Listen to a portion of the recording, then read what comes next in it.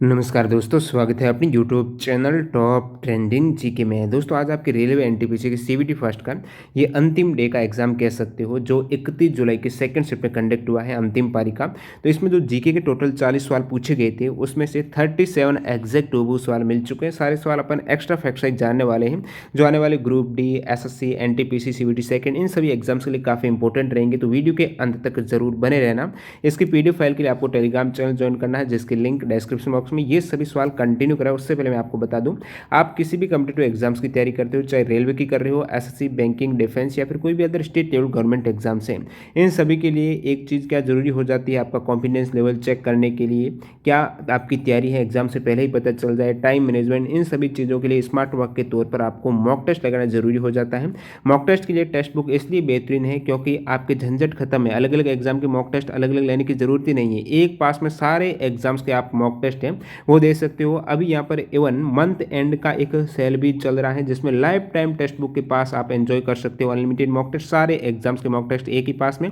यहाँ पर एक और स्पेशल ऑफर है कि टीटीजी के कूपन कोड आप यूज़ करते हो तो एक्स्ट्रा आपको 50 रुपये का इस पास में डिस्काउंट मिलने वाला है। बाकी जो भी आपके लिए सूटेबल पास है, 2 वर्ष का, 1 वर्ष का, और इस कूपन कोड से आपको 10% का डिस्काउंट मिल जाएगा। एग्जाम में जो पैटर्न और डैशबोर्ड देखने को मिलता है, सेम इंटरफेस यहाँ पर प्रैक्टिस कर सकते हो। ज़्यादा जानकारी के लिए डिस्क्रिप्शन बॉक्स जरूर चेक कीजिएगा। तो चलिए कंटिन्यू कर लेते हैं। रेलवे एनटीपीसी में पूछे गए जो आज 31 जुलाई के सेकंड शिफ्ट के सवाल हैं। बाकी रेलवे एनटीपीसी के जो ऑल शिफ्ट में हुए हैं, यानी लगभग आप कह सकते हो 130 शिफ्ट के आसपास एग्जाम हुआ है, उन सभी शिफ्ट में पूछे गए जीके का मैं जल्द ही 5 से 6 दिन में टोटल सवाल की एक अलग से पीडीएफ हमारी वेबसाइट पे अपलोड कर दूंगा, टॉप ट्रेंडिंग जीके.in पर। तो वहाँ से आप अपडेट हो जाना। थोड़ा टाइम लगेगा क्योंकि काफ़ी सवाल हैं, एरर है सवाल के अंदर। मैं सभी सवाल का कमेंट जो आपने वीडियो में किए हैं, कौन से सवाल में मिस्टेक है, वो सारा उस पीडीएफ में अपडेट कर दूंगा। अभी जो भी लेटेस्ट फैक्ट आ गए हैं, करंट अफेयर्स वगैरह से कोई नियुक्ति हुई है, वो सारा अपडेट होने में थोड़ा टाइम लगेगा, उसके बाद पीडीएफ आपके आ जाएगी। इन सभी कैंडिडेट का बहुत बहुत धन्यवाद जिन्होंने सेकंड शिफ्ट के सवाल हैं वो टेलीग्राम पर सेंड किए हैं। तो चलिए यहाँ पर देखिएगा, आपके सामने पहला सवाल है, जवाहरलाल नेहरू ने किसके लिए कहा था कि हमारे जीवन का प्रकाश हमें छोड़कर चला गया। तो जवाहरलाल नेहरू ने ये जो भाषण दिया था, इसका टाइटल है the light has gone out from our lives है। ये महात्मा गांधी जी की जो हत्या हुई थी 30 जनवरी 1948 को, उसी शाम को यहाँ पर महात्मा गांधी जी की हत्या के बाद जवाहरलाल नेहरू ने जो स्पीच दिया था, इसी स्पीच में उन्होंने कहा कि हमारे जीवन का प्रकाश हमें छोड़कर चला गया। तो ये महात्मा गांधी जी के लिए ये नेहरू जी ने भाषण दिया था। तो आपका आंसर हो जाएगा महात्मा गांधी जी। अगला सवाल देखिएगा, दुलहस्ती परियोजना है वो किस राज्य में है। यहाँ पर ये पूछा गया है कि दुलहस्ती परियोजना है वो जम्मू कश्मीर के किस जिले से संबंधित है। तो आपको याद रखना है किश्तवाड़ जिला, ठीक है। ये जो आपका यूटी केंद्र शासित प्रदेश जम्मू कश्मीर है, इसके किश्तवाड़ जिले से ये दुलहस्ती परियोजना है।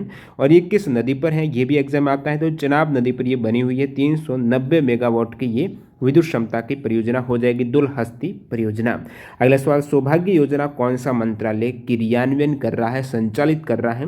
तो पावर मिनिस्ट्री है, जो आपकी पावर मिनिस्ट्री है वो ही सौभाग्य योजना को क्रियान्वयन कर रहा है। अब देखिए, सौभाग्य का मतलब है प्रधानमंत्री सहज बिजली हर घर योजना है, जिसको लॉन्च है या फिर घोषणा है वो मोदी जी ने की थी 25 सितंबर 2017 को। कहाँ पर, दिल्ली में की थी। और 25 सितंबर 2017 को पंडित दीनदयाल उपाध्याय की जयंती थी। इसी के अवसर पर ये 25 सितंबर 2017 को नरेंद्र मोदी जी ने सौभाग्य योजना यानी प्रधानमंत्री सहज बिजली हर घर योजना की जो शुरुआत या फिर घोषणा की थी। इसका उद्देश्य क्या था कि जो 4 करोड़ परिवार हैं, वो जो अविद्युतीकृत हैं यानी इलेक्ट्रिसिटी कनेक्शन नहीं है, उन सभी को निःशुल्क इलेक्ट्रिसिटी कनेक्शन उपलब्ध कराना इस योजना का उद्देश्य हो जाएगा। जो 2011 की सामाजिक आर्थिक जनगणना में जिन लोगों के नाम हैं यानी बीपीएल परिवार हैं, उन्हें सौभाग्य योजना का लाभ मिलेगा, मुफ्त बिजली कनेक्शन का। और देखिए, एक योजना है दीनदयाल उपाध्याय ग्राम ज्योति योजना है। ये ग्रामीण क्षेत्रों में विद्युतीकरण करने की योजना जुलाई 2015 में लॉन्च की गई थी। लिनक्स क्या है ये आपको पूछा, तो आप कहेंगे ऑपरेटिंग सिस्टम है, विंडो की तरह लिनक्स भी है, जिसको जो लॉन्च है 1991 में किया गया था। दिसंबर 2020 तक सिक्किम के राज्यपाल वर्तमान में यही है, गंगा प्रसाद है, सिक्किम के गवर्नर है। 26 अगस्त 2018 से कंटिन्यू। रेल मंत्री पीयूष गोयल ने यात्रियों की मदद के लिए 2018 में कौन सा ऐप लॉन्च किया है। उस समय जो रेलवे मंत्री थे वो पीयूष गोयल थे, वर्तमान में अश्विनी वैष्णव है। तो उन्होंने उस समय 2018 में यात्रियों की मदद के लिए जो शिकायत वगैरह है उनको ट्रैक करने के लिए, यात्रियों की सुविधा के लिए रेल मदद ऐप लॉन्च किया था। साथ ही साथ एक और मेनू ऑन रेल भी, आप भोजन ऑर्डर कर सकते हो, थाना रेल के अंदर ही। ये सभी 2 ऐप जो लॉन्च हुए थे 2018 में पीयूष गोयल के द्वारा। विश्व का 5वां सबसे लंबा बॉर्डर साझा करने वाले देश कौन से हैं? देखिए ऑप्शन के अकॉर्डिंग आप इजीली इसको आंसर कर सकते थे। इंडिया और बांग्लादेश हैं, यहाँ पर सबसे लंबा है तो ये हो जाएगा। बाकी 5वें में थोड़ा सा ये भी रहता है कि चाइना और रशिया का बॉर्डर भी काफ़ी बार माना जाता है कि 5वां सबसे लंबा है। बाकी ऑप्शन में ये दे रखा है तो भारत बांग्लादेश का माइनर सा डिफरेंस है, 4096 किलोमीटर जो लंबाई है भारत बांग्लादेश के अंतर्राष्ट्रीय सीमा की जो आपस में साझा करते हैं। इसी प्रकार चाइना रशिया की है 4133 किलोमीटर है, तो ये आपस में बराबरी कह सकते हो, 5वें स्थान पर है। पहले स्थान पर कौन से है तो कनाडा और यूएस है ना, ये सबसे लंबी बाउंड्री शेयर करते हैं। सभी को पता ही होगा क्योंकि काफ़ी बार एग्जाम आ जाता है इस सवाल। कनाडा यूएस की बाउंड्री सबसे लंबी है, 8893 किलोमीटर है। फिर कजाकिस्तान रशिया की है 7644 किलोमीटर है। अर्जेंटीना और चिली की 6691 है। चाइना मंगोलिया की 4630 किलोमीटर। ये चौथे स्थान पर है। 5वें पे भारत बांग्लादेश या फिर चाइना रशिया हो जाएगा। अगला सवाल देखिएगा, यहाँ पर पूछा गया है कि insurance regulatory and development authority है यानी भारतीय बीमा नियामक और विकास प्राधिकरण है, इनके वर्तमान में चेयरपर्सन है सुभाष चंद्र खुंटिया। कौन है? सुभाष चंद्र, याद रखिएगा। आईआरडीए की स्थापना हुई थी 1999 में, ठीक है। और आईआरडी का जो हेडक्वार्टर है वो भी आपको पता होना चाहिए, हैदराबाद तेलंगाना में है। Insurance regulatory and development authority Subhash Chandra जिनके चेयरपर्सन हैं, स्थापना 1999 में और इनका जो हेडक्वार्टर मुख्यालय वो हैदराबाद में है। आर्टिकल 280 किससे संबंधित है? वित्त आयोग, याद रखिएगा आर्टिकल 280 वित्त आयोग, ठीक है।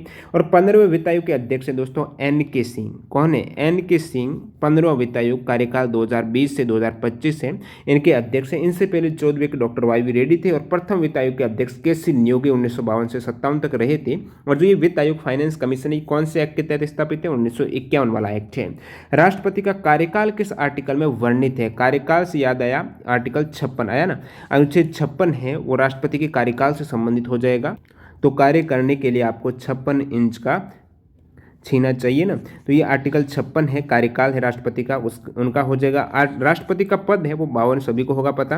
राष्ट्रपति का चुनाव निर्वाचन 54, ठीक है। राष्ट्रपति का चुनाव आर्टिकल 54 है। राष्ट्रपति की शपथ याद रखिएगा, शपथ 60, ठीक है। शपथ के केस में आर्टिकल 60 है। बाकी अन्य भी कुछ इंपॉर्टेंट इसके अलावा आर्टिकल है वो देख लेते हैं राष्ट्रपति की। तो जैसे कि राष्ट्रपति 53 है वो उनकी कार्यकारी शक्ति है। 55 है राष्ट्रपति के चुनाव का तरीका क्या रहेगा वो 55 में है।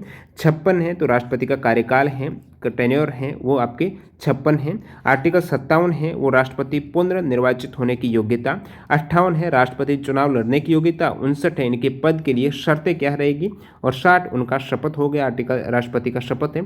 अब देखिए 61 से भी सवाल आता है, राष्ट्रपति पर जो महाभियोग चलाया जाता है यदि वो अपने पद का दुरुपयोग करता है उस केस में उनको हटाने की प्रक्रिया आर्टिकल 61 में है। आर्टिकल 72 राष्ट्रपति को समाधान की शक्ति है, ये एग्जाम में पूछा हुआ सवाल है 72 का। और राज्यपाल को भी समाधान की शक्ति प्राप्त है, वो 161 आर्टिकल के तहत है। आर्टिकल 63 है वो राष्ट्रपति उपराष्ट्रपति का हो जाएगा, सॉरी। अगला सवाल, कैपिटल एंड ग्रोथ पुस्तक के ऑथर कौन है? तो सर जॉन्स रिचर्ड्स हिक्स हो जाएंगे। और द वेल्थ ऑफ नेशन से ये भी पूछा हुआ सवाल है, एडम स्मिथ इनके ऑथर हैं। प्रथम विश्व युद्ध के लिए किसको अक्सर चाइल्ड ऑफ वॉर कहा जाता है? तो चाइल्ड ऑफ वॉर है ये लीग ऑफ नेशन को कहा जाता है। किनको? लीग ऑफ नेशन है। अब देखिए एग्जाम एनटीपीसी में एक सवाल पूछा गया था, लीग ऑफ नेशन को किस आयोग ने या फिर कौन से संगठन ने प्रतिस्थापित किया है? तो यूनाइटेड नेशंस ने लीग ऑफ नेशंस को प्रतिस्थापित यानी रिप्लेस किया है। तो पहले यूनाइटेड स्टेट से पहले लीग ऑफ नेशंस था, ठीक है। और इसको चाइल्ड ऑफ वार कहा जाता है। ये भी प्रथम विश्व युद्ध आपको एग्जाम में पूछा जाता है, किस विश्व युद्ध के लिए चाइल्ड ऑफ वॉर कहा जाता है लीग ऑफ नेशन को? तो वो प्रथम विश्व युद्ध आपको करना होता है। तो इसकी स्थापना लीग ऑफ नेशन की 1920 में हुई थी। सबसे पहले जो स्थापित है यही अंतर्राष्ट्रीय संगठन यूनाइटेड नेशन से पहले लीग ऑफ नेशन जो नाम था इसका स्थापना 1920 में हुई थी। और लीग ऑफ नेशन है ये इंटरनेशनल ऑर्गेनाइजेशन है, इसकी स्थापना पेरिस पीस कॉन्फ्रेंस 1919 के बाद हुई है। हेडक्वार्टर जेनेवा में था, डिजोल्व हो गया जैसे ही आपके यूनाइटेड नेशंस हो गए तो 1946 में इसको डिजोल्व भंग करना पड़ा। असम का पारंपरिक लोक नृत्य ऑप्शन बिहू दे रखा था तो बिहू हो जाएगा। इसके अलावा बागरुम्बा से भी काफ़ी बार एग्जाम आता है। वसंत में आयोजित किया जाने वाला असम का नृत्य है बागरुम्बा। भोर हो गया, ओजापली, बिछुआ, नट पूजा, महाराष्ट्र है, काली गोपाल है, नागा नृत्य, खेल गोपाल, कानोई, झुमुरा, होबजनाई, ये सभी असम के पारंपरिक लोक नृत्य हो जाएंगे। कलिंग युद्ध के बाद अशोक ने कौन सा धर्म अपनाया था? तो बौद्ध धर्म। इंपॉर्टेंट सवाल है, बहुत बार एग्जाम आता है, इजी रहेगा आपके लिए। कलिंग युद्ध के बाद अशोक ने बौद्ध धर्म अपनाया था। एक ये भी सवाल पूछा जाता है, अशोक के किस शिलालेख में कलिंग युद्ध का उल्लेख है? तो दोस्तों 1, 3, 13 13वें शिलालेख है जो, उसमें अशोक का जो 13वां शिलालेख है उसी में कलिंग युद्ध का आपको उल्लेख मिलेगा। और अशोक की बात करें तो इनके मध्य 261 बीसी में ये युद्ध लड़ा गया था, जिसमें कलिंग विजय है अशोक की, ये आखिरी विजय आप कह सकते हो। और ये हो चुका है आपका कलिंग युद्ध। इसके बाद बौद्ध धर्म है वो अशोक ने अपनाया था और इसका वर्णन आपको 13वें शिलालेख में मिलता है। तो मौर्य शासक अशोक और कलिंग शासक महापद्मनाभा के मध्य 261 बीसी में लड़ा गया युद्ध है। यूनेस्को के अनुसार एलोरा में गुफाओं की संख्या कितनी है, तो 34 हो जाएगी। मैं बता चुका हूँ आपको बहुत बार, एलोरा में गुफाओं की संख्या में अलग अलग 12 तो आपकी बौद्ध गुफाएं हैं, 17 हिंदू हैं, 5 जैन हैं, तो टोटल कितनी हो गई, 34 गुफाएं हो गई। ये है कहाँ पर एलोरा की गुफाएं, औरंगाबाद महाराष्ट्र में। तो ये प्राचीन भारत में हिंदू धर्म, बौद्ध धर्म और जैन धर्म की गुफा मंदिर हैं जो राष्ट्रकूट वंश के शासकों के द्वारा बनाए गए हैं। यहीं पर ये मंदिर मिलेंगे और यूनेस्को में ये 1983 में शामिल हुई हैं। एलोरा अजंता की गुफाएं हैं 1983 में यूनेस्को में शामिल हुई, दोनों ही औरंगाबाद महाराष्ट्र में हैं। साइमन कमीशन का बहिष्कार क्यों किया गया था, तो इस आयोग में जो साइमन कमीशन है आयोग है, इसमें किसी भी भारतीय को शामिल नहीं किया गया था। टोटल 7 यहाँ पर सदस्य थे साइमन कमीशन के आयोग के। वो 7 ही सांसद हैं वो ब्रिटिश सांसद थे, भारतीय सदस्य था ही नहीं। तो यहाँ पर भारतीयों ने इसका बहिष्कार किया था, तीव्र विरोध किया था। तो कोई भी भारतीय सदस्य शामिल नहीं था। तो 3 फरवरी 1928 को साइमन कमीशन जो मुंबई पहुंचा था, वैसे साइमन कमीशन का गठन है जो 7 ब्रिटिश सांसदों के समूह के द्वारा 8 नवंबर 1927 में हुआ था और भारत में ये पहुंचा था 1928 में 3 फरवरी को बम्बई में। इसका उद्देश्य संविधान सुधारों के अध्ययन के लिए भारत में किस प्रकार के संविधान सुधार हैं, किस प्रकार छूट दी जानी चाहिए, तो इन सभी के लिए। लेकिन कोई भारतीय सदस्य था ही नहीं, तो भारतीयों ने विरोध कर दिया और ये हो जाएगा आपके साइमन कमीशन है। इसके बाद हुआ क्या यहाँ पर, तो उस समय एक विरोध के अंतर्गत यानी साइमन कमीशन के बहिष्कार के लिए 30 अक्टूबर 1928 को लाहौर में एक विशाल प्रदर्शन में हिस्सा लिया था। किन्होंने लिया था, तो ये लिया था लाला लाजपत राय जी, और उस दौरान उन पर लाठीचार्ज हो गए तो पूरी तरह से घायल हो गए, इसी कारण इनकी मृत्यु भी हुई है। तो साइमन कमीशन के बहिष्कार के लिए लाहौर में जो 30 अक्टूबर 1928 का जो प्रदर्शन हुआ था उस केस में लाठीचार्ज हुआ था और लाला लाजपत राय के यहाँ पर बुरी तरह से घायल हो गए थे। और उस समय लाठी के बाद उन्होंने कहा कि लाला लाजपत राय जी का ये स्टेटमेंट है कि मेरे शरीर पर एक एक लाठी ब्रिटिश सरकार के लिए ताबूत में कील का काम करेगी। और जो साइमन कमीशन है भारत का कोई सदस्य नहीं था, सभी अंग्रेज थे, तो इनको श्वेत कमीशन भी कहा था कांग्रेसियों ने। अगला सवाल देखिएगा कि India's and Asia's first nuclear reactor कौन सा है, तो एशिया का कह सकते हो या फिर भारत का प्रथम न्यूक्लियर रिएक्टर है, ये एशिया का भी है, अप्सरा इसका नाम है। और जो भी न्यूक्लियर रिएक्टर है, न्यूक्लियर पावर प्लांट है, इससे संबंधित जो 45 सवाल एनटीपीसी में पूछे गए हैं, साथ ही साथ बहुत ज़्यादा एक्स्ट्रा फैक्ट्स एक वीडियो डाला हुआ, आप सर्च कर सकते हो न्यूक्लियर रिएक्टर टॉप ट्रेनिंग, देखिए काफ़ी कुछ सीखने को मिलेगा। तो अप्सरा है एशिया का प्रथम न्यूक्लियर रिएक्टर है जो कि 1956 में Bhabha atomic research centre Trombay परिसर में स्थापित किया गया था। और भारत का प्रथम न्यूक्लियर पावर प्लांट की बात करें तो पावर प्लांट और रिएक्टर दोनों ही अलग अलग है। टोटल पावर प्लांट तो भारत में 7 है और रिएक्टर 22 है। तो इन्हीं 7 पावर प्लांट में ये 22 रिएक्टर कार्यरत रहते हैं जो कि चैन रिएक्शन रहती है ना, नाभिकीय जो श्रृंखला अभिक्रिया उनको कंट्रोल करते हैं। और रिएक्टर में ही आपका क्या ऊष्मा पैदा होती है, ऊष्मा से जो आपका प्लांट रहता है न्यूक्लियर पावर प्लांट है वो प्रोड्यूस करता है इलेक्ट्रिसिटी। जो भारत का प्रथम न्यूक्लियर पावर प्लांट है वो तारापुर एटॉमिक पावर प्लांट है जो कि 1969 में स्थापित किया गया था। कहाँ पर, ये महाराष्ट्र में तारापुर है, ये पालघर डिस्ट्रिक्ट महाराष्ट्र है, वहाँ पर स्थापित किया गया था, प्रथम न्यूक्लियर प्लांट है। और लेटेस्ट पूछ लें सबसे अंतिम या फिर नवीनतम कौन सा पावर प्लांट है, तो कुडनकुलम हुआ था 2013 में, इसकी क्षमता भी सबसे अधिक है। अगला सवाल देखिएगा, अम्लीय वर्षा का क्या कारण है, तो SO2+ आपको NO2 करना है। नाइट्रोजन ऑक्साइड और सल्फर डाइऑक्साइड के कारण ही अम्लीय वर्षा होती है, वायुमंडल में इनकी उपस्थिति होती है तो अम्लीय वर्षा हो जाती है। 1907 के कांग्रेस अधिवेशन के अध्यक्ष कौन थे, तो 1907 का कांग्रेस अधिवेशन हुआ था सूरत में, ठीक है, और अध्यक्ष थे रास बिहारी घोष हो जाएंगे।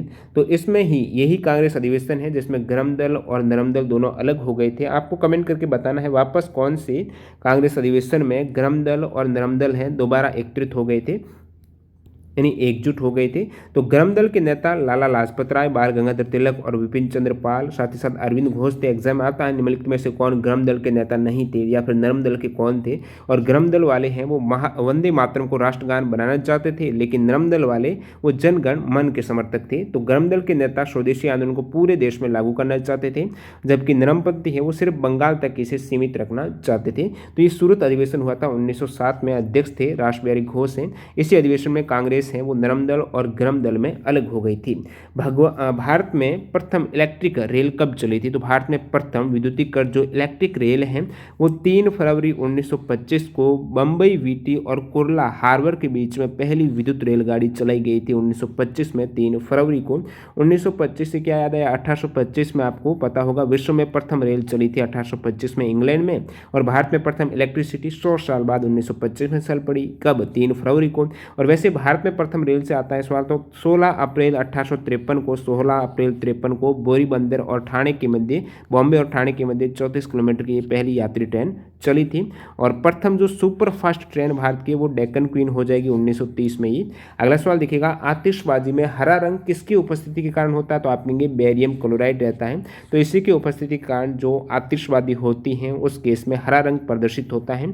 बाकी अन्य रंग में भी कौन सा वर्णक होता है वो देखिए, स्ट्रोंशियम कार्बोनेट की उपस्थिति में जो केमिकल स्ट्रोंशियम कार्बोनेट है इसी के कारण आपको लाल रंग दिखाई देगा। सोडियम नाइट्रेट पीला, कैल्शियम क्लोराइड संतरा, बेरियम क्लोराइड जो हरा था, कॉपर क्लोराइड नीला है, तो ये सभी भी आपको पता होना चाहिए। अगला सवाल, भारत में अध्यारोपित या फिर पूर्वारोपित अपवाह प्रतिरूप किस नदी पर है? तो ये पूछा गया है। सुपर इम्पोज्ड ड्रेनेज सिस्टम है वो कौन सी नदी का है? तो दामोदर है, इसके अलावा सुवर्णरेखा है, चंबल है, बनास है, इन सभी का अपवाह प्रतिरूप है वो हो जाएगा सुपर इम्पोज्ड है। परनुमा जो पक्षी के पंख के आकार को अपवाह प्रतिरूप है वो दोस्तों नर्मदा नदी का है। अगला सवाल, पिक्सेल क्या है? पिक्सल रहता है ना वो इमेज क्वालिटी आप कह सकते हो। तो पिक्सल छोटे छोटे बिंदु होते हैं, डॉट इस प्रकार छोटे छोटे मिलकर हैं वो पूरी इमेज आपको बनेगी। तो पिक्सल से ही ये मिलकर आपकी स्क्रीन बनती है या फिर डिस्प्ले बनती है।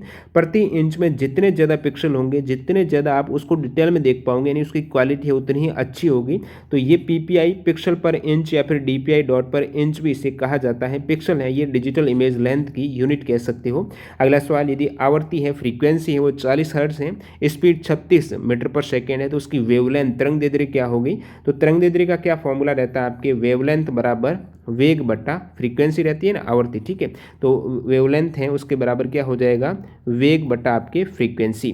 तो वेग यहाँ पर क्या हो जाएगा? वेग है जो दे रखा है ना सवाल में, स्पीड कितनी 36 है, और म्यू जो आपका कह सकते हो फ्रीक्वेंसी है वो दे रखी है 40 हर्ट्ज है। तो ये आपके आ जाएगा लैम्डा जो मीटर में, ठीक है। लैम्डा यानी तरंग दैर्ध्य कितना आ गया आपके 36/40 मीटर है। इसको भी आप 4 का भाग देकर कर सकते हो।